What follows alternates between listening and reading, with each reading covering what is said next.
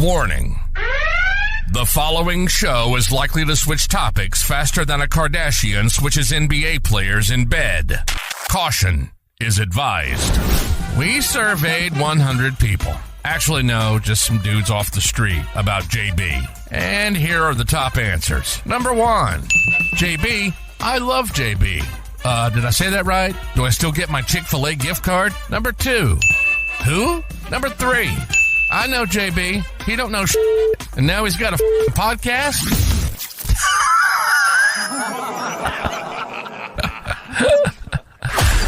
This is What the Hell Do I Know with JB. JB, your friendly late-stage midlife husband, dad, and self-diagnosed ADHD connoisseur. This is all about candid conversation with friends, colleagues, and professionals, unpacking life's lessons and having a damn fun time doing it.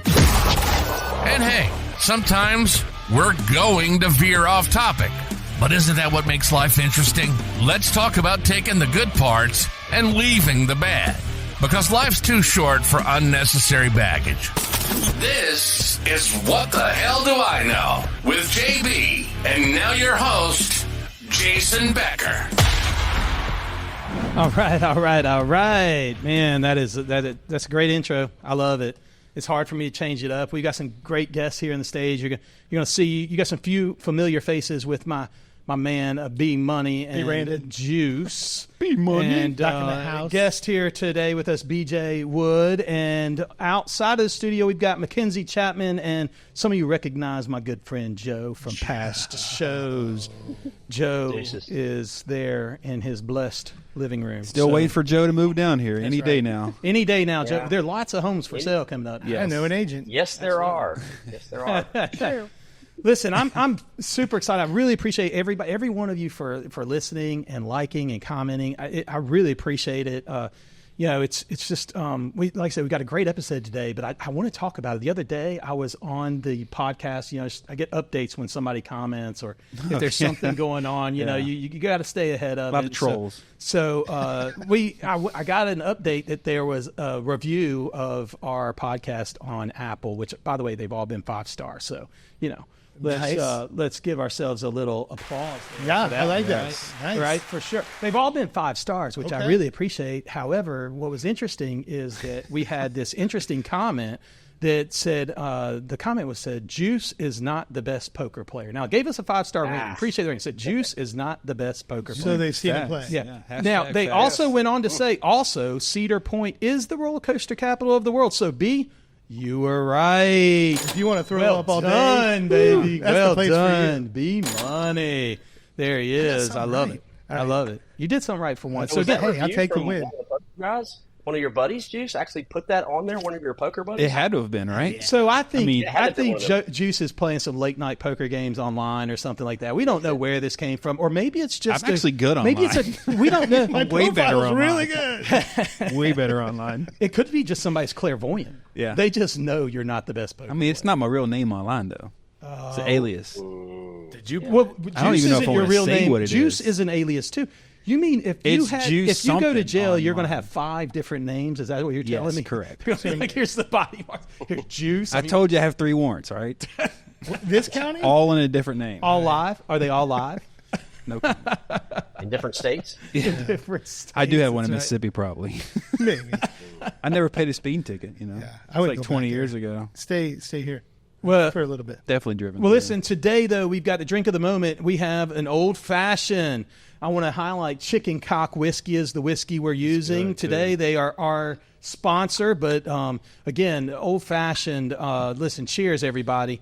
Listen, as always, drink if you are 21 and drink responsibly. But Chicken Cock Whiskey. Chicken Cock I want to dive into a little bit. They are a great sponsor. I love Chicken Cock Whiskey. It's some of the best whiskey. Some of you are going to be like, chicken what? I get it, but listen to this. Chicken Cock, it's the history of the famous old brand. First established in 1856 in Paris, Kentucky, a town tucked away in the heart of Bourbon County. Chicken Cock whiskey rose to popularity during the 19th century. James A. Miller built a distillery and started making Chicken Cock, a type of whiskey unique to the bluegrass region. During the 1920s, it was a staple of Prohibition-era speakeasies like the Cotton Club, where it was smuggled inside in nondescript tin cans, earning it the nickname the whiskey in a tin can. Unfortunately, the original distillery where chicken cock was made burned down in the 1950s, causing a decades-long pause for the once great brand. Known as the famous old brand for much of its history, chicken cock whiskey has now reclaimed its spot amongst the great American whiskeys because good spirits never go out of style. Staying true to the rich 166-year-old brand history while modernizing it just a touch, the products they've created are an unsurpassable collection of small batch craft whiskeys. I love chicken cock. I know that You do. I know Yes, that you do. Oh man. I know that No, Joe. I see you drink. Hey, Why I the drink chicken off- cross the road to get to Becker? Joe is massive chicken cock fan, and I'll tell you why. I had 2 bottles of chicken cock. I only have 1 left because Joe came over. Fair enough. It's good. It's good. Cheers. So here is the chicken cock commercial. If you're wondering whether a bottle of chicken cock whiskey makes a great gift, the answer is absolutely. After all, it's a fine Kentucky straight bourbon that's had that name since 1856, when it was completely appropriate to name a whiskey chicken cock. That said, if you're worried your gift recipient might be offended, perhaps a better gift would be a pair of pliers to help remove the stick they've got up their Chicken cock whiskey, a gift as memorable as its name. Like it. So there is chicken cocks. But I do want to introduce again our podcast attendees and guests in studio. My main man, Brandon. Yeah, I'm not a We've guest. got, I'm kinda like you're really a spot co-host. action. You're just Yeah. co-host, and then we've got Yeah. Juice as well as one of our co-hosts, and then in studio, and then as well we've got my good friend BJ. He is here, BJ Woods. So let's give him pause. That's right. And then online, we have, again, my boy Joe Chapman, who is also one of our co-hosts hanging out, although we've interviewed you and dissected some of your business, so we enjoyed that as well. And then his daughter, McKenzie. So McKenzie Chapman is here as well. And McKenzie, you're graduating in just a few weeks. Is that correct? Yep, I'm graduating in 2 weeks. That's from awesome. Friday. And tell everyone here listening where you're graduating from. The one and only UGA. The University of Georgia, the Yeah. back-to-back Go national Heavy champion. on the Go Dogs. Preseason number 1, dog. Preseason number 1. Them dogs. How about them dogs? So absolutely. But this all came about because your dad put out, I don't know, maybe you talked to him, maybe he's hearing some struggle. You're looking for kind of this career you're moving into. And you were interested in this medical device career, I believe. And Joe, you put something out online asking for your friends if they know anyone. And I just happen to have an expert friend in medical device sales. Booyah. And so we brought him. Yeah. This is probably one of the most respected medical device sales this Possibly. side of Mac Yeah. Bayou. I'm by- So End of the street. you had me for a second there. I was going to try to back you up, but I can confirm Mac You Bayou. can confirm Mac Mississippi is Bayou. like, So no cap. Is that what the kids are saying? No cap. don't ask me. Is that right, Mackenzie? I said Molly no last cap. time. I don't know. No It's cap. right. It's No right. cap. He's legit in his field, and so we brought BJ on because I thought we should totally network this thing on a podcast. So you youngsters out there that are listening, man, we really appreciate it. Again, we're almost up to 3,000 subscribers, by the way, on YouTube. It's I can't believe that many people It's listen to you. absolutely insane. It's incredible. No, it's It's nuts. awesome. I try to get 3 people to listen to me for almost 15 to 18 years, 20 years, Hit and miss. and I don't. It's hit and miss. It's hit and miss. So to have 3,000 Definitely listening in, it's absolutely Yeah, crazy. you're better in doses, apparently. But Small doses. Small doses, Small too. doses. Here's some JB. my kids would definitely. That's the first time with a JB and a BJ at the same time. Oh, man. Whoa. Chicken cock. Or Whoa. Yeah. That's a weird For a word thing. of caution. You knew what you were doing. I was wondering what the over/under was going to be. Yeah. What was it? Did I win? No, you a were. long way to go. Yeah, we thought hat on straight? We thought it'd go a little bit. Yeah, is your hat on Joe. straight this time? If you guys don't know what that is, go watch some other the previous videos. Yeah, Brandon did his second episode with a cowboy hat on backwards. He made me wear it the that whole way. time. It looked like Colonel Sanders. Yeah, rebel rouser. General Lee. He looked like General General Lee, Robert E. Lee. It was great. He wanted to redo the entire. I know. podcast. We got done, and I realized I'm like, no. I can go to Texas. I can't go to the whole state. Like I will get. Yeah, I wouldn't like, show that video in Texas. No, it's already been seen. No, by somebody. Yeah, you're Of all the done. I 5-star like reviews. Texas. I liked it. You're done But I for. wore it wrong for an hour, so that's it. You're done for there, man. You're absolutely done for there. But we're going to dive into networking. But for that, I want to dive into new news. Does anybody have any new news here? I've got a little bit of new news. I just came back from the festival this weekend, the Moon Crush Festival. Oh, my gosh. It was amazing. Good music. I know. I do think, though, that I may be one of those people that pick 1 or 2 days to go to versus the whole thing, just because I feel like I'm Is it 4 days? getting old. I feel like that's basically it. It's 4 days. The whole festival was 4 days. But it was amazing. They had people like, had Drew Holcomb and the Neighbors. Is really good. If you have never heard them, it's great. The Revivalists from New Orleans, they were great. The Good Old Days, Joe, the Good Old Days song, you got to look it up. It makes me think about us back in the good old days. So, but the Revivalists, Trombone Shorty, I've never seen a trombone act that I loved. This was like next level good. It was amazing. And then Noah Khan closed out the show on Sunday night, and that was, this is the last time he plays against in front of 4,000 people. This is the last time the guy plays, right? Legit. He's going big time after this. He's going. He's McKenzie. Do you know Noah Khan? A little bit. I've seen him on TikTok and social media, but I have not listened to a lot of his music. But I think you would like it. Good. I was going to say, I Really think you good. would like it. It was crazy how many, the different variety of people that were at the concert Thursday night, Friday night, Saturday night. They were people my age and older traditionally.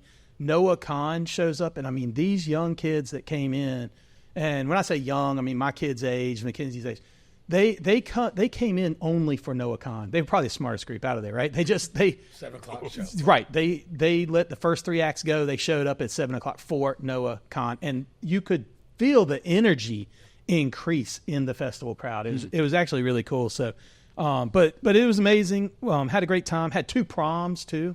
So you've had a busy I know, it week, was bro. absolutely insane. My oldest daughter went to prom on Friday night, and who graduates high school in a few weeks, and then my youngest daughter went to prom on Saturday. So we had a lot. And I'll tell you, the weird thing about prom is Jackson, when he was our first kid out, Joe, you've got 3, and Brandon, you've got a couple, and you've got a daughter that's coming up, BJ. His is way too young to. He's experiencing things on the fly. He's drinking out of a fire hydrant right now. No, she is walking. She's 6 months old, but she's walking. Oh, for sure. Trigonometry, yeah. Trigonometry. She's Like you'll say, where'd she go? Oh my God, they get faster. Yeah. Fast. No, but the first prom we sent, we got a limo. I didn't want the kids driving, so we got a limo for their friends and this, that, and the other. And I remember I had this big, long talk with Jackson about behavior, and I had, make sure he got the driver's name and number and how he was going to be, and he was responsible for his friends and all this stuff. I think I had a similar talk with our middle child, my oldest daughter. I think when she came out, we had a similar talk about when it came for her first prom. But I think she might have been right on the tail end of Jackson's prom too, so she kind of got the talk along with him. So my youngest daughter goes to prom, and she's doing it kind of for her first time by herself, and I get a limo for her friends. I don't even say anything to her. I just go, have a good day. Here's some knives. Oh my God! See you when you get back. I got so lax, and I realized I didn't give her the talk about responsible for her friends and what to do. So she what could have gone. She in juvie? No, she killed it. She's great. She crushed it. She's great. Honestly, she is really kind of I know she ain't gotta straight worry about her. up and down. You don't have to worry about her. She's solid individual. So shout out to Sophia, who did a great job handling the limo without any instructions from her father. So I think she's used to it now, being the third. Your youngest and my youngest. She saw it twice. She didn't need anything. Tip the guy. That's right. We figured out. That's right. So anybody else have any new news they want to share? Mackenzie, you're graduating soon. I saw some pictures you had. Did they let you go into Sanford Stadium and take those graduation pics? They do. They have the gates open, but I don't think you can go on the field. And you mean nobody tried it? I mean, you're graduating. So. Yeah. I mean, you can't. There's consequences. Oh, yeah. But you can't. Yeah. We were actually talking about that. Are they going to hold your degree? Graduate if we were to go on the field? Yeah. I'd say they'd have some very upset parents after that tuition being paid for 4 years. Right. Yes, it's a little different than a high school graduation. Right. Yeah. I'd say as long as no harms, no foul was committed, I believe you'd have to let it go. Yeah. Spring game's already done. Yeah, right. Right. Just let it roll. That's right. So, Joe, you got anything new? You all good? I mean, I spent the last weekend actually in the Classic City with McKenzie, kind of a last trip up while she's a student, and we went to the baseball game and watched the dogs take on Ole Miss, whipped them a little bit. Then spent the evening out and went to a Corey Smith concert. So we had a nice little short weekend in Athens, but it was a good time as always. Oh, that's great. So you guys took in a concert as well this weekend together. And Kristen, your wife, was there. Is that right? Yep, and my other daughter Macy went with us. Oh my gosh! So you had like a lot of friends. You didn't bring your youngest though, so just the four. No, she's not able to get in Georgia Theater. Nope. That's right. She's not able to get in there. She did just turn 14. She's like a year younger than I think she's a year younger than Sophia or maybe just a yeah. So a year and a half or something like that younger than Sophia. That's awesome. Anybody else? I don't want to leave out any new news that you'd like to share with our audience of 3,000. You got a grand opening. You need to announce that. When's your grand opening? Beachworks, Fort Walton Beach.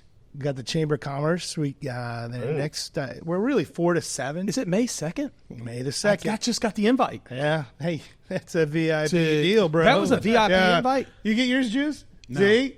I'm teasing. Thanks, Brandon. I got mine. I appreciate it. I see yours. BJ, you got yours, right? Yeah. So it's just juice. It's just juice. Beachworks, it's a co-working space, but it's kind of like you've walked into a coffee shop. Yeah. And without the line of people, buying coffee, it's co-working, and it has a lot to do with what we're talking about today is networking. That's right. On every once a month we do a speed networking, kind of like speed dating. We do networking with a lot of the military. After hours, we've done a lot of things that kind of get them into entrepreneurship, sure, and create networking opportunities. So it's different from the industry that I was in pharma, right? And now I'm in commercial real estate, which is totally different, right? But networking really matters, and that's what we've kind of created as a networking hub. Perfect. So that's awesome. Office space coming up. It's there now. So we have 4 to 7. We're getting radio stations there, giving out Kid Rock tickets. Jason Aldean, I think you can get registered for that big concert in Alabama. So, well, that is a great segue into our topic of networking, because I know we're short on time with McKenzie. So I want to dive into a few questions with McKenzie because, networking is how a lot of ways you kind of move the needle sometimes in your direction. Mm-hmm. If you can leverage your network of people that you know. And so I give you a big shout out, McKenzie, for networking your dad and his network. So I think that's great in your job search. And so I pulled BJ onto the show, which I think I've been wanting to pull BJ on the show since I've thinking about guest lists. But this just worked out incredible to have you here. But McKenzie, you are interested in doing medical sales, is that right? Yes. And medical device sales and medical, just in that pharmaceutical sales, would that be along the same lines, or is it more in the medical device, like in the hospitals? More so medical device, yep. But I've kind of been open-minded to anything. Sure. So Especially definitely when you get going, focus more on equipment, device. BJ, how did you get started in the tell McKenzie a little bit about what you do and what you got involved in and how you got involved in it. I was running the radiology department, or team lead in the radiology department here at Sacred, and we had a bigwig who was doing robotic spine surgery. Mm-hmm. And it went along with the radiology background that I had, getting the images, CAT scans, MRIs. And so I was just running the C-arm for him, which takes pictures in the surgery, to correlate the robot to the image to the patient. Mm-hmm. And it was awesome. Yeah. And the surgeon was like, I want you here for my every case. And then shout out to CC Nolan, who was already in the position, took another position, and people helping people, and got an opportunity, and I was gone. And took it and ran with Yeah, it. so, and you are in the operating room when they're putting these. What is the device that you tend to be in the operating room with? So I got a couple things. This is, let's see what this thing is. I got a screw right here. Can you fit that in your pocket? I feel like things would be a lot bigger.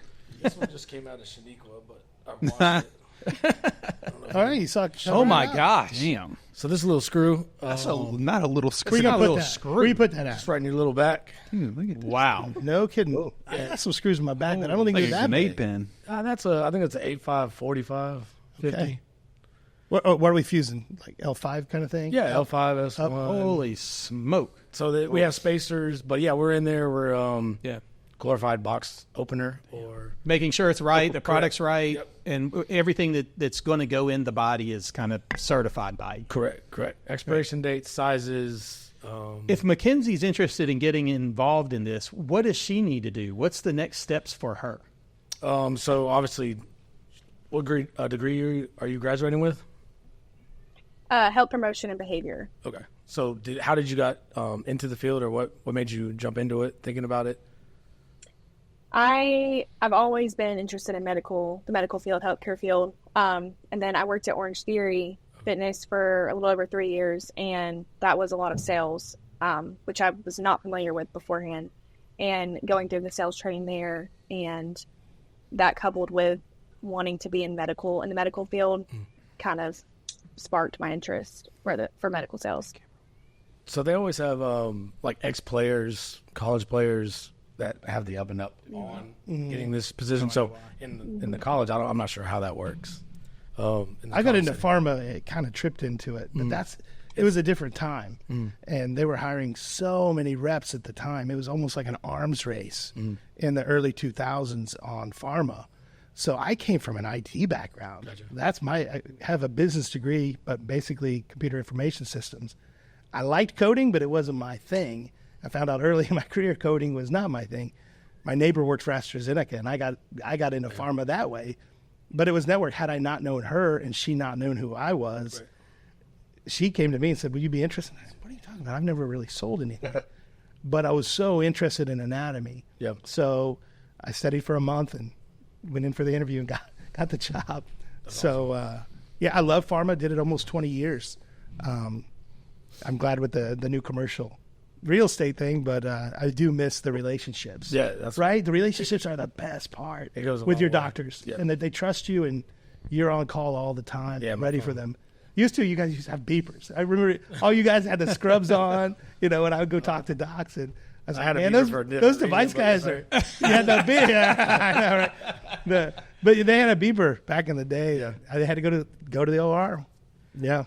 Yeah, I had beepers in high school. Yeah, we got to explain what that is. It's there was- cell phone, but Yeah, basically it's an analog way. I feel like we're going to have our editor put a picture of a beeper. Please. But Joe, did anybody do that with a beeper for you? Like it was like a 7-minute, didn't like have- Kmart or whatever. I didn't have a beeper. I had a pager.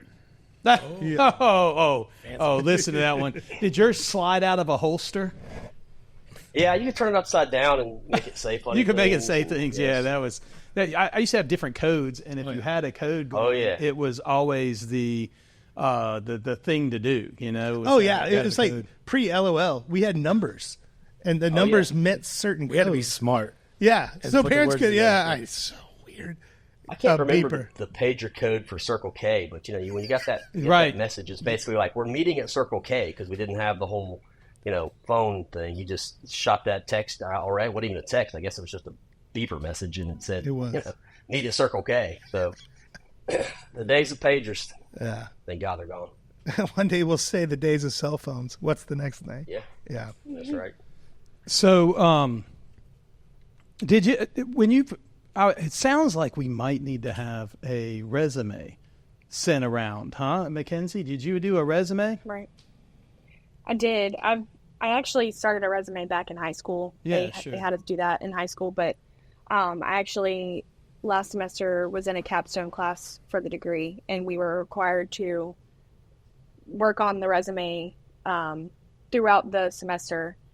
We had to create a LinkedIn account, go ahead and connect with people that we knew, and submit all that as a grade. So that was super helpful in terms of going ahead and having that to send out or post or anything like that.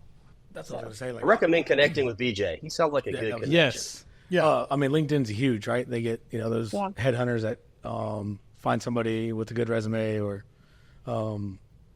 what they look like, to be honest, and they put you out there. They get a little piece of your salary from the company that they hired from. But if you know anybody that's in the field, Georgia or wherever you're going, that's the way to get in. Yeah. And see what they do and see the effort, the time that they put in there. Well, we definitely need to send, it sounds like, a resume out.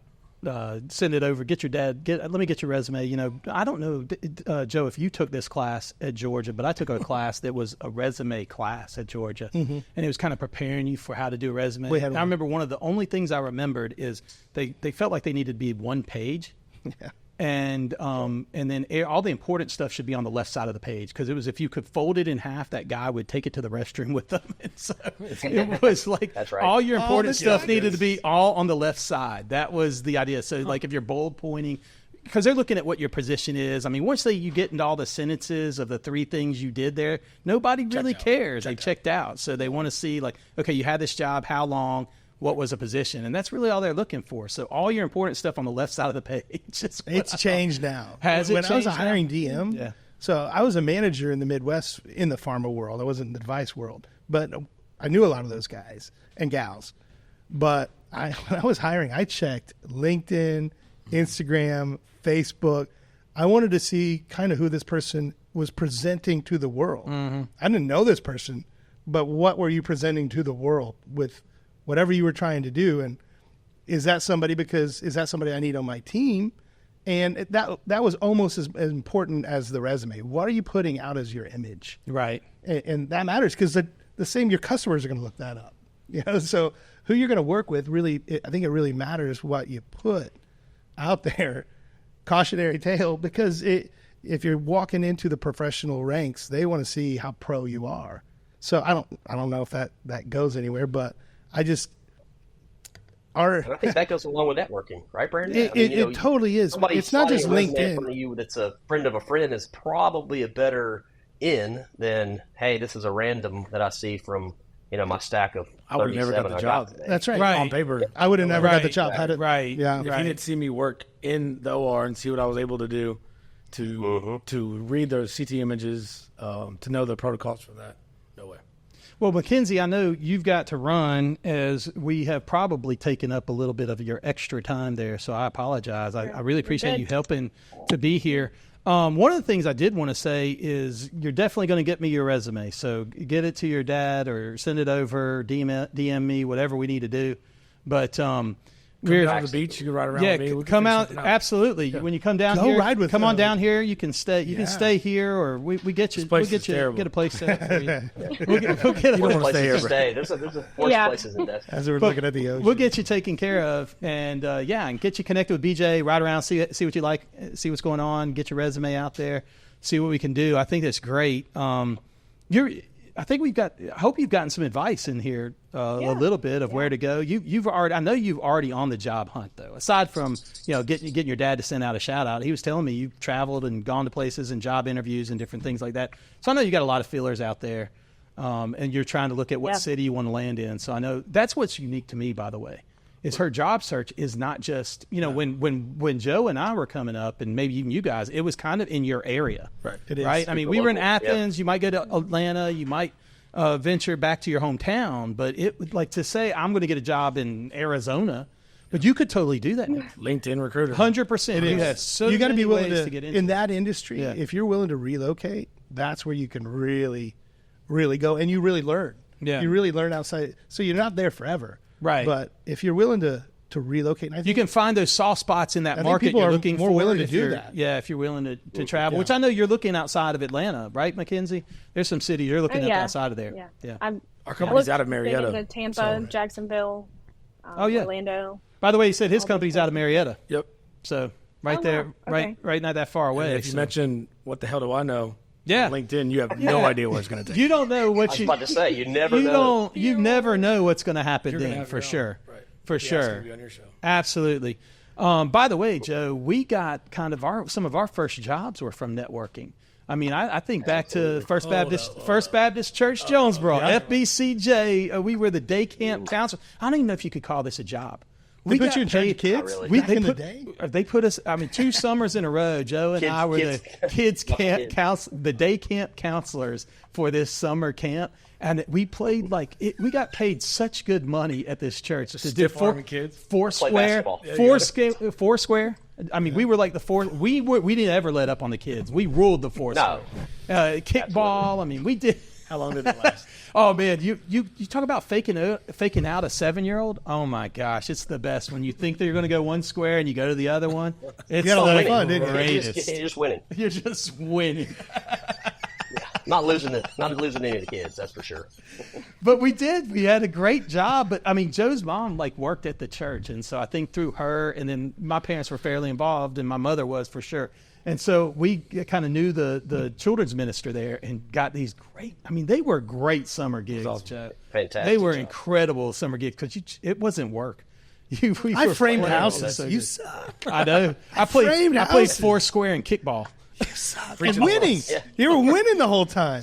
Oh, yeah. I just wanted water break. Winning. Laser shows, and ice skating and roller skating. I can still frame though. I don't know. I got a skill. I can still play kickball. Yeah. So, all right. Well, McKenzie, it's so good seeing you. I think we're back on a camera again? Because I think we had that one's on. Yeah, stuff. You were on like the Indy 500 pick right there. I think what it was is that was a new camera, and so the Apple the square is not. The square's not working, so I've got to get something set for that just USB. Another square. Okay. So we'll get that set for the next show. So those of you that watch this show online and realize that see the video, you'll see a large video, the widescreen shot for about 15 minutes there, and I'll apologize. Yeah. That would be nice work though. I thought we were kind of editing you out of the picture there for a minute. Hey, I don't know what happened. Juice is gone. By the way, we are pro level. I mean, we were executing, we were talking, we were having conversations. That's pro level. Yeah, right when BJ starts talking, the camera goes. I told him. I put my red light therapy. I did my therapy this morning. I was like, it didn't work. No, man, you broke the camera. BMoney. I'm like, take this segment. I'm out.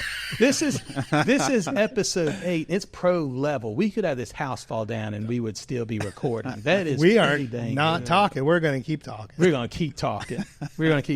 Well, McKenzie, you can. By the way, if you've got time, you can stay on. But if you need to go, I definitely want to let you go, and because I just want to introduce the pair of you, talk a little bit about what this networking is, because you need to leverage this. With who who I know, we got to get her an interview.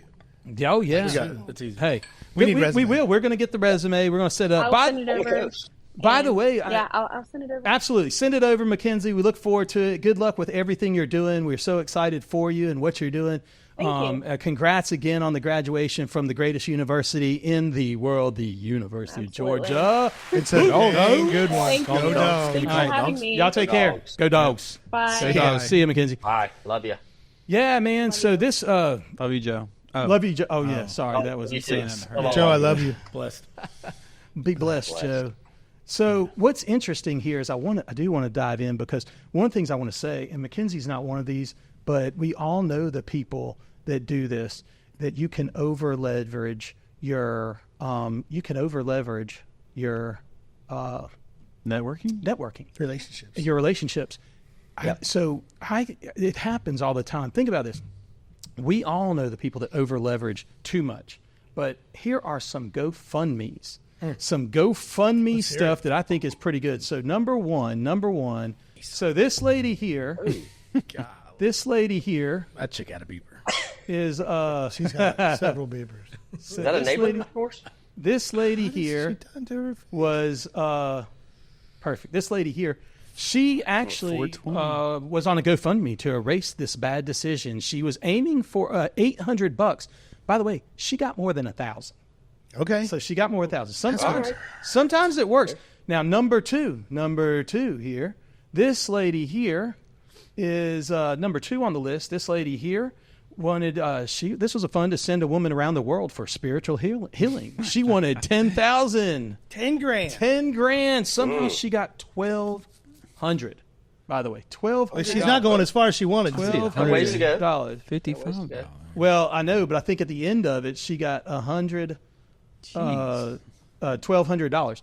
Now, then the last one's great. This person threw up a GoFundMe right here and said, if 50,000 people give me $1, I can buy a Tesla.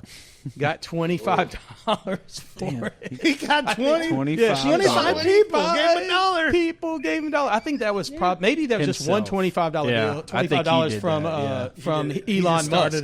Maybe that was Elon Musk. Could have been. We don't know. He might have heard directly. I mean, his from statement is mathematically correct. So it is mathematically correct. But we all know the people that over leverage. Right? They over leverage. They go back to the well too often. They're not ready, or they're asking for things that they really shouldn't ask for, like a Tesla or whatever. So I do think the one thing you've got to be careful of when you're leveraging, and I know McKenzie's leveraging, looking for a job, she's pure of heart, but you do, as a young person, you have to be careful of how many times you're trying to leverage that one person in your network, or you're trying to, or the things you're asking for, and you need to be really careful. I mean, you shouldn't be asking for like a Louis Vuitton, purse or whatever and GoFundMe. You're leveraging the wrong network. You need to look into having a mentor. Yeah. That's a whole other segment. But, a mentor should help you find the right people to network with. But you can, That's right. Anyway, bounce it off them and say, hey, I've gone to this well a couple times. Should I keep going back? That's right. You're listening to What the Hell Do I Know with JB. JB with ADHD. Elemental B. Anyway, back to the show. I just want to give a big thank you again to our show sponsor. We've got the bottle right up here. It is this is how their bottles kind of looked. This is they took a cut at doing the 1920s version Prohibition bottle, but the Cotton Club. I want to give a big thank you to our show sponsor, Chicken Cock Whiskey, the famous old brand.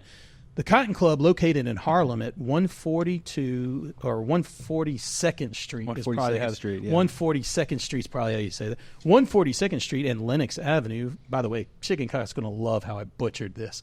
But the Cotton Club, located in Harlem at 142nd Street. Yeah. And Lenox Avenue, featured Chicken Cock as their house whiskey throughout Prohibition. The Cotton Club was one of the most famous speakeasies in history and hosted some of the jazz era's most prominent musicians. Louis Armstrong, Count Basie, and Fats Waller all took their turn performing at this iconic 1920s hideout. Duke Ellington and his orchestra regularly performed on the Cotton Club stage, which eventually launched him into national fame and international stardom. As the house whiskey, Ellington recalls Chicken Cock as good whiskey and even reminisces about the whiskey that came sealed in a can in his memoir, Music is My Mistress, saying during the Prohibition period, you could always buy good whiskey from somebody in the Cotton Club. They used to have what they called Chicken Cock. It was a bottle in a can, and the can was sealed. It cost something like $10 to $14 a pint. Which would be $140+ today. Jeez. So, isn't that cool, man? That's it was good stuff back then. That's great. It was good stuff. By the way, I do want to show one. These guys go above and beyond for us. So I've got one more commercial for them that we're going to do. And can we find this local? You can, but the best thing to do is order it online. Heard. Just Chicken Cock Whiskey. They can deliver in Florida. So that's what I do. And they have, by the way, they have their 7 years and their 12 years of their barrel stuff. I mean, they're single malt. Okay. I mean, they really get into kind of it can be fairly pricey. It can be like Buffalo Trace, Pappy Van Winkle kind of stuff. Not quite that level in pricing yet, but it's trending upwards. Some of their vintage stuff is amazing. Yeah, words getting absolutely amazing. It's worth it. I drink High Noon, so this stuff's awesome. Yeah. I think okay. Oh, man. A little different than a bitch pop. So here we go. Chicken Cock originated in Kentucky, like so many other bourbons. And so the resurrection of it, Paris, Kentucky, that's the county seat of Bourbon County. So much of this whiskey was being made in that Bourbon County, put on ships and barges and shipped down to Ohio, down to Mississippi, and got to New Orleans, where it got distributed all over the world. And people kept saying, well, hey, I want some more of that whiskey from Bourbon County. And so that's how bourbon whiskey got its name. And chicken cock originated actually in Paris, Kentucky, which is today Bourbon County. A lot of tradition, a lot of history, but it's important.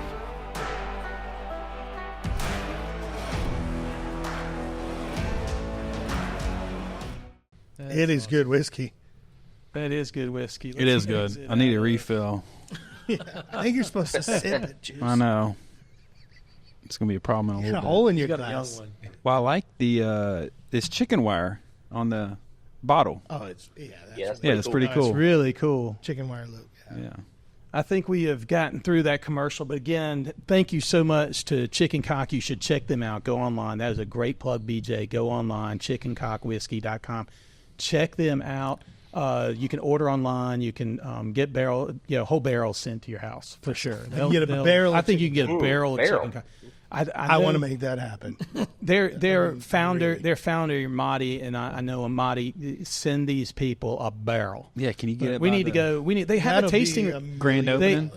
Do you know Bardstown? Bardstown Whiskey, I think, has got in Bourbon County. They're teaming up with Chicken Cock. I believe there's a tasting room that's happening inside of them. So the brand is really taking off. If you check it out, it's It only took 150 years, but it's taking 150 off. years. Yeah. Well, this group with Marty time. has revitalized it. It really, after the fire, and you kind of hear the history of what happened, it almost went extinct.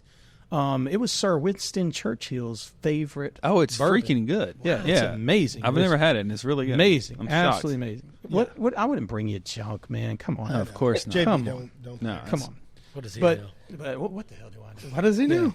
Which, by the way, we skipped playing What the Hell Do I Know, and it is now time to play it. I didn't want with McKenzie being short on time, but it is now time to play What the Hell Do I Know with BJ. Okay.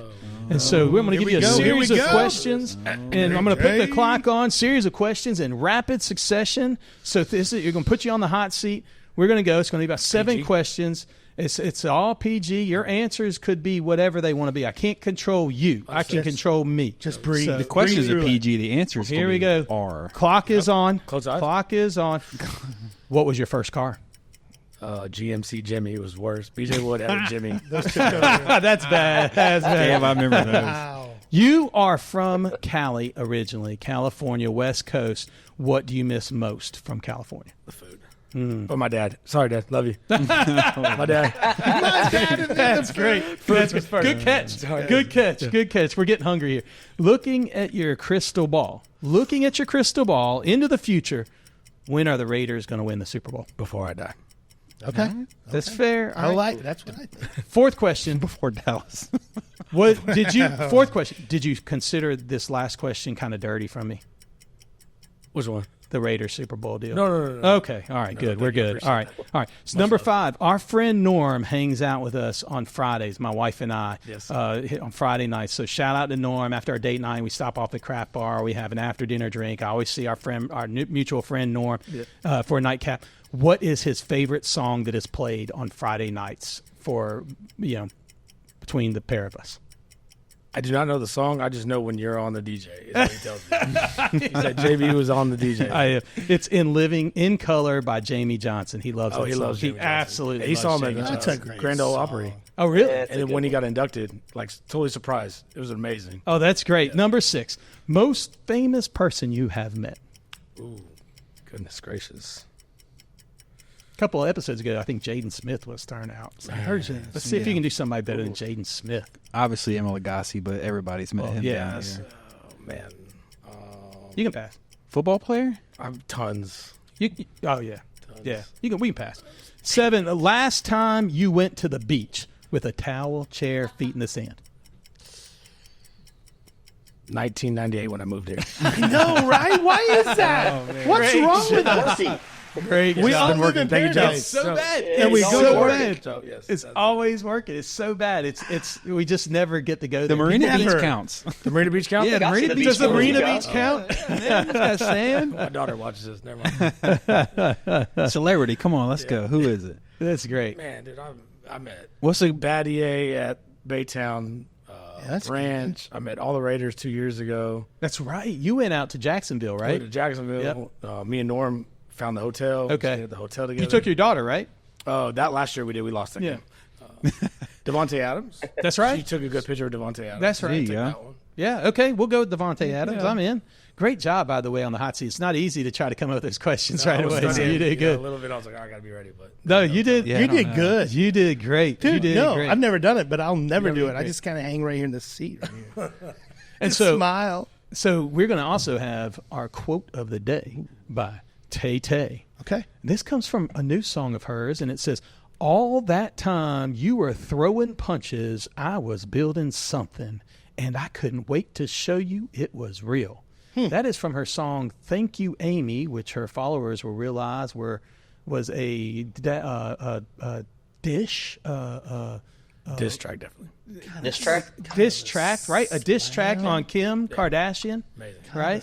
So, but man, and by the way, shout out to Tay Tay. She kind of nailed that So song. did you hear when she said, "Oh, so good. Your kids are going to be coming in now singing this song that I wrote. I changed That's all the crazy. names. What'd she say? I missed it. She said your kids are going to be coming in the That's kitchen so good. singing my lyrics Oh, on this song about your ass. Well, she's obviously watching a podcast because she wrote a song about Destin, Florida. Yeah. Yeah, She oh did no. it. Well, Or she Taylor mentioned knows. that. Taylor Yes, knows by now. Her people know by now she has an open seat on our podcast. So She's she working can her way come down. in anytime. There's Yeah, I one mean, whenever Swiftie she here wants that to might- come in. I know we're working it out. Scheduling has been very tough in this for her. For you. For me. Yeah, for you. And Busy. yeah, she's got That works. more time, but we're getting there. We're getting there. Joe, if we have Taylor, you'll come down and be in studio. She got to shoot a music video. Yeah, I could probably get her in if you want me to. We only got Yeah. a half bottle of chicken cock, so I don't know if that'll do you. Yeah, I'm gonna start hiding my chicken cock when Joe Joe's comes. coming over. Joe's coming. Hide the chicken cock. You gave him a whole bottle? Is that what happened? No, He didn't just give starts- it. He just he drank just it. starts. Oh, he You better drank have the it. whole- Okay. whole He starts. barrel. I always say. The I barrel. always say you can have anything I've got here at my house. You He can grab says it, that. open it. Doesn't matter if Yeah, it's yeah. open or not. Whatever's there, open it. You don't have to ask. Just open it. Joe takes that to the All the way. extreme. Open it and drink it Actually, all. I'm just kidding. It's only with chicken cock though. He loves that stuff. It's really good. What are you sipping on right now, Joe? I'm sorry. What are you sipping on right now?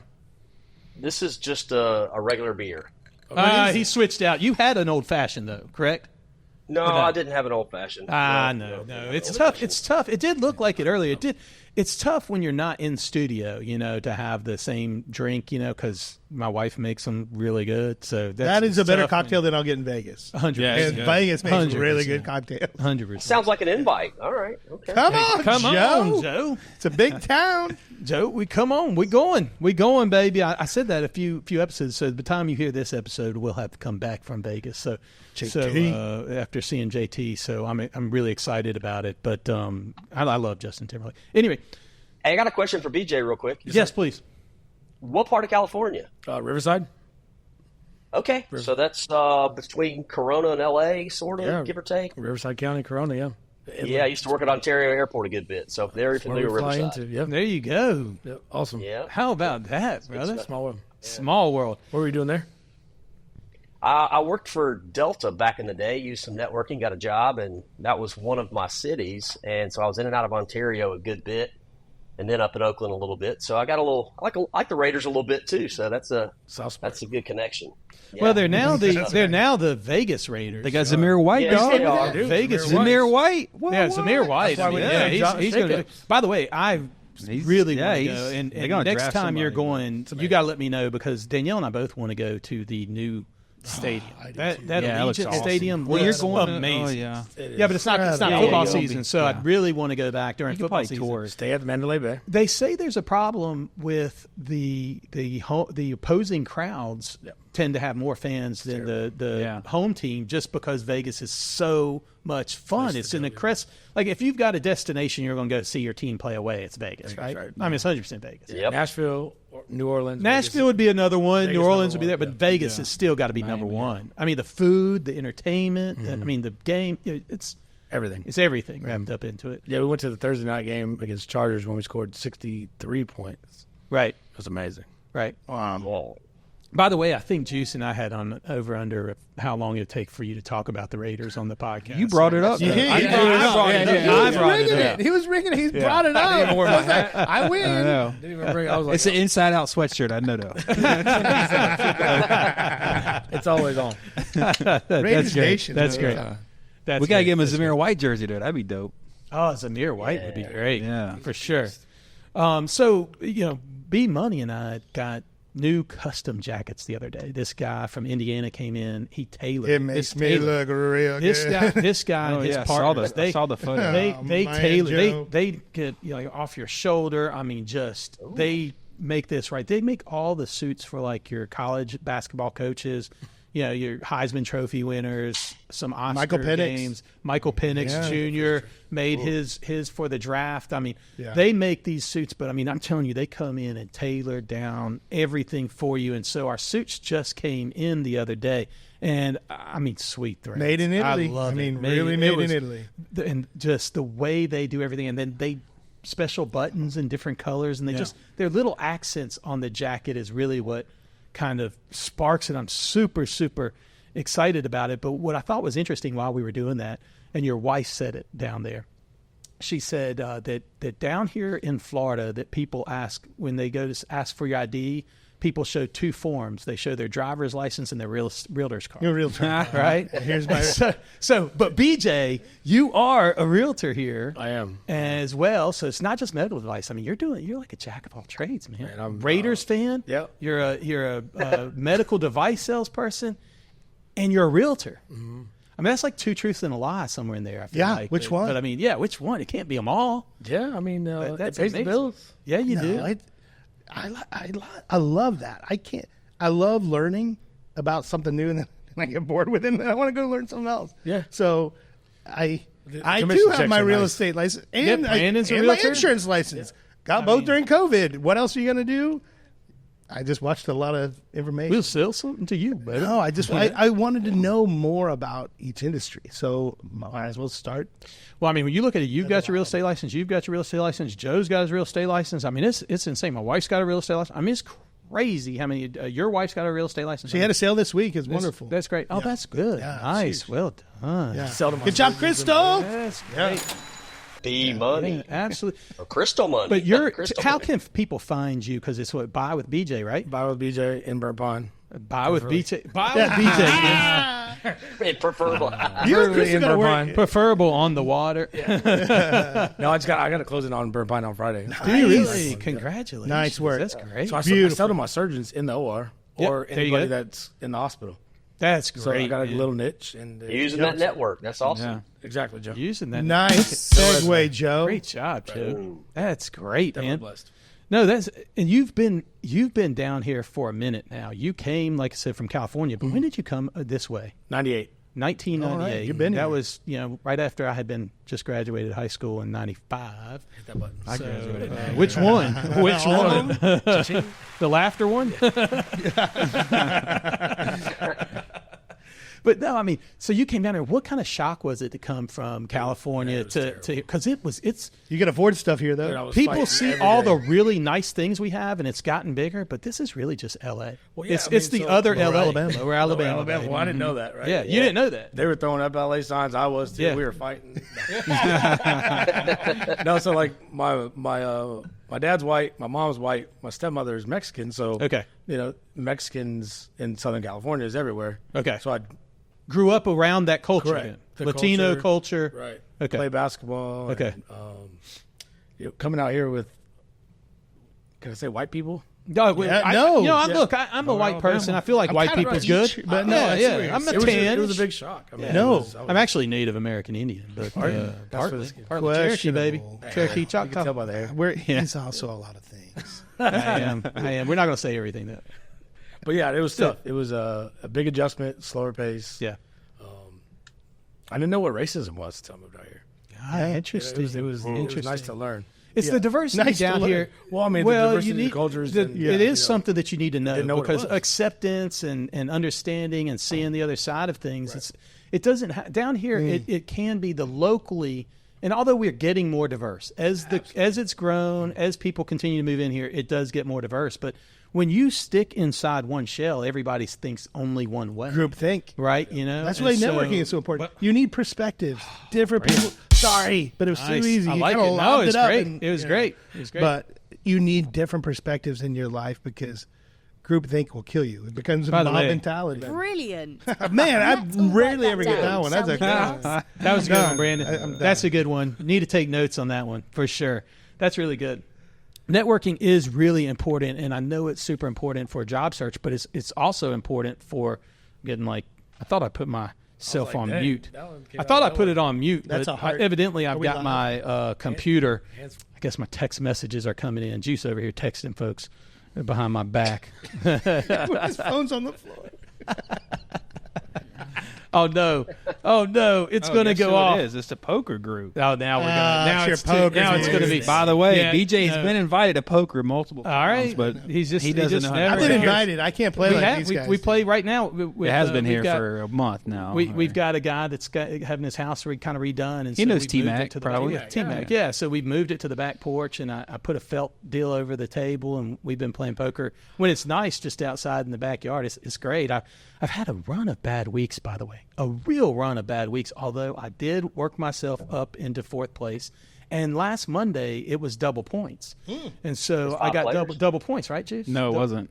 Well, Juice wasn't there. Yeah, he's Juice isn't coming. We're doing double point night. I was like, what is this? No, I'm the one that does the points. So you can decide whatever point. Yeah, we decided Iron Fist, dog. Collectively. Iron Fist. All right. But I was just outside the money. That is my luck right now. That's the worst just spot. Outside. It's the worst spot when you press and you're hoping to press and level up, and you press and level. You end up with non-players, right? So 9 players. Yeah, so paid 3, yeah. and I was in 4th place. So right there at it. But still fun times. I beat out several other people, 5 other people. But part of it was just because I played a better waiting game than they did. I didn't get any cards. It was really tough. But back to networking. That was my ADD. Back to networking. Networking is important in your job. I know it is, but it's also in finding a job. It's important in your job. There it goes. It's important in your job as a realtor, because I imagine you guys have to network a lot, right? You don't ever want to burn any bridges in that world, right? Joe, you being a realtor and really a broker. Joe owns his own brokerage there in Atlanta. It's got how many agents are you up to now, Joe? Can 21. You say that? Can you say that now?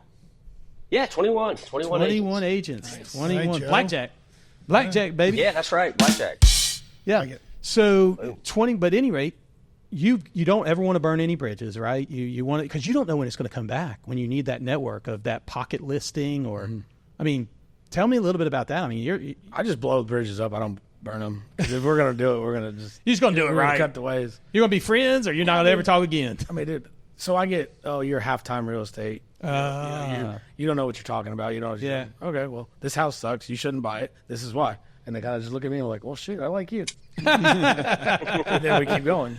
I got you. So, obviously networking, your face. So you find it sometimes harder down here because you have 2 jobs, essentially. I mean, I get hated on all the time. Absolutely. Do you?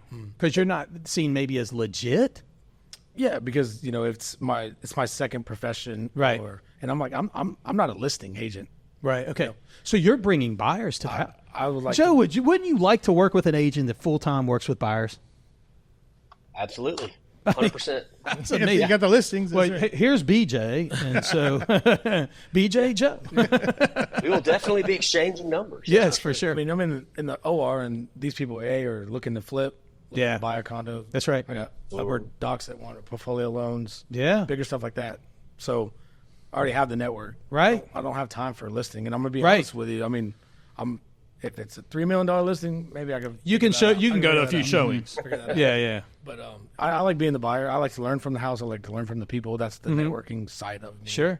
I don't want to sit there and tell you got to paint this wall and do this, and then we can sell it for this. Yeah.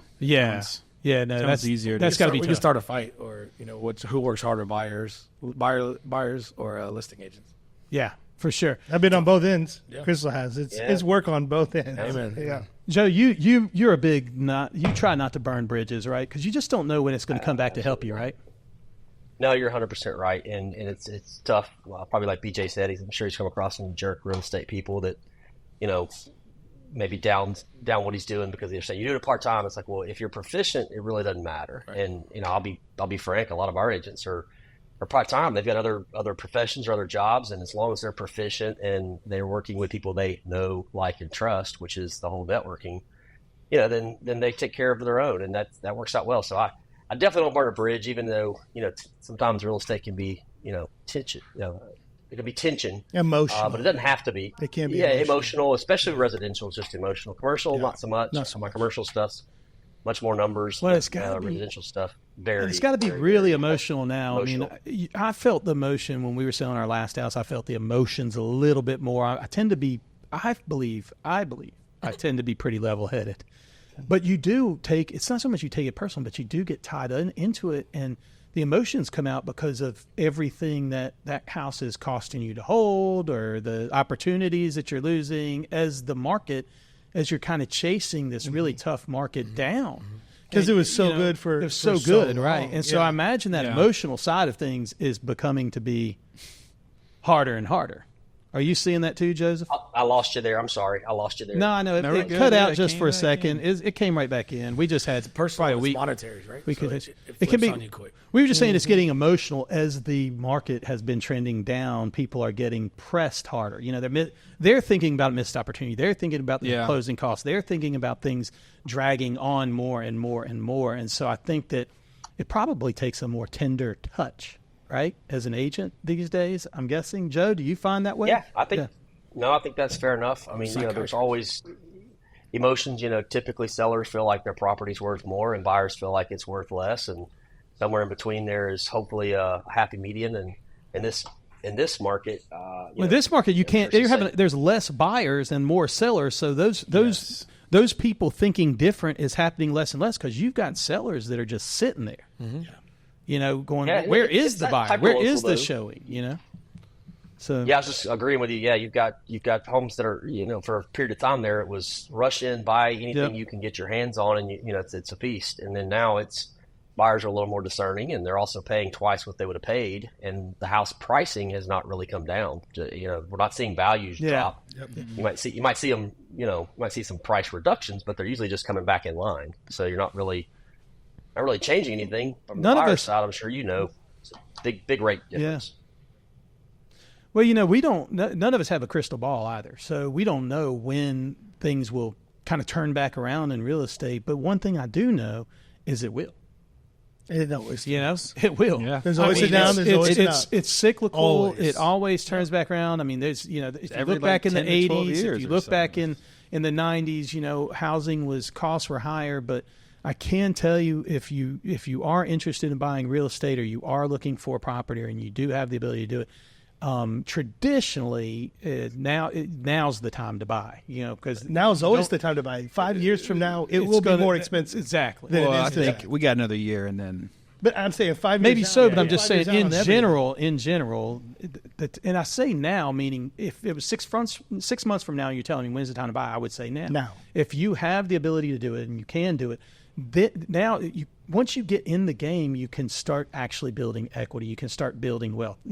Real estate in this country, there is not every wealthy person in this country. By the way, the United States produces more billionaires than anywhere on the planet. But the wealthiest people in this country all own dirt. They all own land. They all own houses. They all own property. Owning property and lots of it. And owning property in this owning property in this country has been a massive wealth generator for generations. Mm-hmm. Yeah, generations. And you're going to see the greatest generational shift in wealth happen before our eyes. The baby boomers, the millennials. It's the greatest shift in wealth the world's ever seen. Yeah. So Mom, Dad, we're just sitting back waiting for. No. All right, we'll do a little. No, I mean a laughter. Laughter. The wrong one. My audience is going like, "What is he doing?" My parents are going to be calling me after this. Yeah, cheering. Or maybe they won't. Maybe they won't be calling me. Maybe they'll be writing me out of the wheel. First 1-star review, dog. The first 1-star review. Yeah, I'm getting myself called. I said it's not Gen X. You're Gen X. Warning. Unpopular. I had to give myself it. That was terrible, man. That was terrible. Joe, we, back in the day when Danielle and I really started buying homes, we were buying homes on the courthouse steps because it was like 2009. The market had crashed. So we talk about real estate change. The market had crashed. Unfortunately, people were losing money. We had the ability to buy homes on the steps, for pennies on the dollar of what they were, and most of them we still have today, and rent. But Joe was part of that. After we bought a lot of those properties, I pulled Joe on and got him away from the company. He was my VP at the sanitation company. If you've listened to this podcast before, Joe worked with me there, and we pulled him in to help us start managing these properties and get things going. And I think that was his first foray into the real estate world from that angle. But we were rehabbing houses, Joe and I together, and we were putting in microwaves. We'd get painters scheduled. Those were the best days, right? We'd hang a lamp or a fan. One time we went to the store and we bought this fan, and I was trying to save money, because you're rehabbing houses and you're trying to keep your budget down. I went and bought this fan from Home Depot that was in a box like this. But it showed like a big size. The room wasn't that big, but it was like the fan from IKEA from hell. It was just, you had to label out the 1,000 Lego parts to put this fan together. To put this fan together. Joe and I have never cussed more in our lives. I've never put a fan together. But you can frame a house, and I can play frame kickball. a house, but it sounds like a fan would be harder. So it was tough. Hey, the fan was way harder than framing a house. I would think so. Way harder. Yeah. What's so bad is we put it in this kid's room in one of these units I owned in Athens. We put it in this kid's room. Like 6 months later, he called. He's like, "This fan's not moving any air. Can y'all get a bigger?" Can you go buy one that you don't have to assemble? But we learned. We cannot. We are done. We learned how to buy better fans that assemble a lot faster and hung a lot better. And over time, I've outsourced it. But when I do anything, I feel like I've got to get my hands dirty. I need to know what it takes to do so that nobody can get over on me. And so Joe, I wanted him to see that as well too. So we were rehabbing houses. And one thing I found is that we always had a great painter. And when we first started doing it, I don't even remember, was it Fernando or whatever his name was? Yeah. And we had this painter, and we were like, he's the best painter. And everybody's like, do you have paint? Oh, here's Fernando. Gone. We've started finding out they last for like 3 months. They last for like 3 or 6 months. That's what they did. Yep. They'd be here and they'd be gone. But when you're networking, you've got to be careful about who you say, hey, I know a guy, here you go, right? Because you're now applying your reputation. Your name. You're applying by the way, I need to, Brilliant. that's a good one. But Let's all write that down, shall we, class? You're putting your name, kind of your stamp of approval on it. So you got to be really careful. In fact, I've gotten to be, like I put disclosures around people I send, and they're saying, hey, I need somebody to take pictures of the house I'm trying to sell. I'm like, well, I know this guy Juice, but, I don't know. He's a poker player. He's got warrants. He's decent. He's got warrants. In Mississippi. He's got 3 warrants and 9 aliases. Make sure you lock the closet. Your way. Oh, man. No, I hear you. I actually referred some people today for some other things. So, yeah, you're right. You got to be careful. I mean, you know the ones that the tried and true. You can give those, but right, Joe, we had this kind of stop. We'd say, here's a painter, but I don't know how he's good when he shows up. Yeah, I had a few of those. Yeah, you're exactly right. You want to refer good people. Everybody wants to refer somebody because it makes you feel like a resource.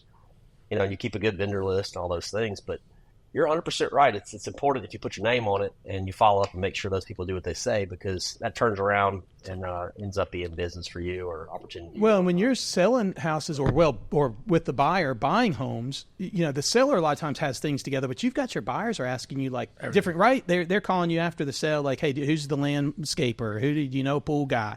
And so you've got to have you've got to have a whole list of things of people you want. And so but when you've got a guy that's not working out, I mean, they're gone, right? They're off the list, right? Contact. Yeah. Everyone knows, not this guy, but he's okay. You know what I mean? So you have it in your contacts to know. Yeah. So he will be 3 weeks out. He might not show up. He's not showed up twice. But that's how when you're giving reliable information to your clients, and you're not hurting your reputation because you recommended somebody. Yeah, that's smart, BJ. Brilliant. That's smart. I was hoping. I was like, I want one of those. You're getting one of them. You're getting one of them. Really today. good. On your first show, you got one of those. You're getting one of them today. That's a good one. That's right. You just never know, right? And so young kids out there listening today, and quite frankly, even older people in business, be careful who you associate with. Be transparent with your networking. Right. So that that your reputation isn't tainted by someone that's in a bad network, in the network where they shouldn't be with you. So I think it's really important. By the way, we're coming up to our section that I like to call the Delve Cards, and we're bringing our boy. No. Juice. Let's go, dog. I haven't heard this one.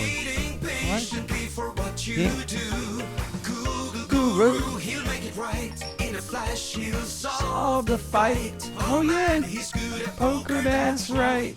Apparently not. Juice. According to one of the poker players who rated us. We already know. He's been dealt with. Did they confess? He's been dealt with. Yeah. There were about 4 guys on. You know list. him, actually. I'm sure. All right, so what do you treat yourself to now that you couldn't have as a kid? Ooh. Corn cock. Or what is it called? Chicken cock. Chicken cock. Shout out to Chicken Cock. I'm sorry about that, Monty. Shout out to Chicken Cock Whiskey. Yes, that is one thing. You're exactly right. Yeah. One thing that you treat yourself to now that you didn't as a kid. I mean, well, obviously alcohol. You couldn't treat yourself to R-rated alcohol. movies. Yeah, but PG-13 back in the day. 80s PG-13. feel like now. PG-13 is R now. It's like a heavy R. It's a heavy R. Yeah. I There mean, were boobies in those Disney movies back in the 80s. Disney, you're not on. Yeah. that Holy. they were. What in the world were we doing in the 80s? I know, it's kind of There were crazy. no You look rules. at that and you're like, what? And my No parents rules. let me watch this? Yeah. What are we talking about here? I'm telling you. It's crazy stuff. No rules in the 80s. Yeah. Yeah, I know. And sometimes feel like people it's like say that it's now, getting though. worse. No. Yeah, that's the one thing that the ratings have actually controlled slightly better. It's, yeah. But yeah, That's so enough. you can watch Rated R. BJ, you got anything? Joe, you got anything? One thing. Yeah, I mean, you can go swimming as soon as you want to after eating. You can do Dude, I got trouble stuff so many like times for that. You know, you can stay up late if you want to. Yeah. You know, Stay up get up late. when you want to. That's right. Yeah. That's right. Yeah, you Yeah, definitely staying get up to past be 10. That's a good one. staying up Yeah, past whatever you 10. want to Or do. whatever it was. That's right. Yeah. Take the shower when you want to. You can put as candy as you want. Yeah. Dessert before dinner. Yeah. So, yeah, there's a lot of things you could treat For yourself literally to. anything. Maybe I that take wasn't- naps for fun. They weren't fun when you're little. They're so fun now. It's like, Good one. Yeah. I got to take a nap. This is, I'm in. if it's raining outside, it's even better. Like, man, That's right. This is going to be good. 2 That's o'clock right. in the afternoon. You don't Sunday eat something, you don't brunch. eat it. Sunday You don't eat brunch anything you after don't Sunday eat. brunch nap is like that's Sunday where it's afternoon. at. Sunday afternoon nap is like where you ate naps. Oh, I feel weird when I get up, but Yeah, I I like the don't- process. I don't like them either, honestly. You're not a nap Feel like- person either. No, not really. I could do naps. man. I'm all in on the nap world. I've got Like, down do you to get the power under? nap. Like, do you get a 25-minute blanket? nap. Do you take your shoes That's off? me. Like, Oh, yeah. Shoes off. like on the couch, Shoes or like off. in the bed. If I can get in if the I bed, could get then I'll in the leave bed, jeans I'll get on. in the It's bed. not real That's sleep. not. Is that a nap? No, it's like I sleep for like 4 hours. It's just like a like half fake sleep. So how long is a nap? That's like a 2 night of hours? sleep. Yeah, I can't. 2 hour nap. 2-hour nap. I would be I in wake for up like so tired. yeah. What's a 45 nap? minutes to an hour 30 would be like a nap. So you tell everybody what I'm napping. 100%. Oh, I forgot that. I don't tell. But Well, This is like a sleep kinda study. not sneak a- At least, away. at least that's what we like to call it. Sleep study. Awkward. Yeah, awkward.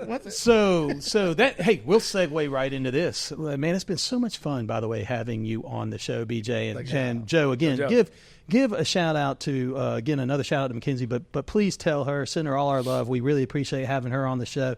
We are cheering her on for sure from here, and obviously want the best for her. So we're going to get her connected, send the resumes. You know what to do, how to get it there. Fantastic. But super excited. BJ, I want to get you back on the show again. We want to do another episode. Maybe we'll have cameras working better then. I've told you. Nobody will know. Nobody will know other than we told them. Juice solved the problem pretty quick. He was like walking up the Yeah. stairs. We Like, got a few slow. It minutes. wasn't like rushing. Well, I was like, the wife We left had- apparently. We Oh, had y'all to leave? talk. Yeah. Yeah, they went and got food. I Babe. know, man. We got food. I was like, but, I need a cube. But it is always fun doing these podcasts with everybody. Always fun getting a chance to talk with you all. This is a section we like to call Listen Up Kids. Listen up, kids. Networking is a skill, a talent even, some might say. It is developed every day. Every day is a chance to improve your network. However, remember that it can be overused and it can be abused. So know your audience, who you are speaking with, what you are leveraging, and how often are you going back to the same person or group. The more self-aware you are in the network game, the better your chances of leveraging your network when you really really need it. Thanks again for listening. Do me a favor, like, subscribe, and share this content. Let us know which episode has been your favorite so far. Or don't. What the hell do I know? You've been listening to What the Hell Do I Know with JB. JB has worn quite a few hats. CEO, venture investor, accidental pastor of a downtown Atlanta church, board member, passive investor, and occasional public speaker. JB's passion with his show is sharing the good, the bad, and the downright absurd. Life's a mixture, right? JB has picked up some real gems along this journey. Lessons from the business world, the chaos of parenting, and the surprises of accidental leadership. We hope you've enjoyed the show. If you did, make sure to like, rate, and review. And we'll be back soon. But in the meantime, find Jason on Instagram at _Jason_Becker. Y'all be cool, and we'll see you next time.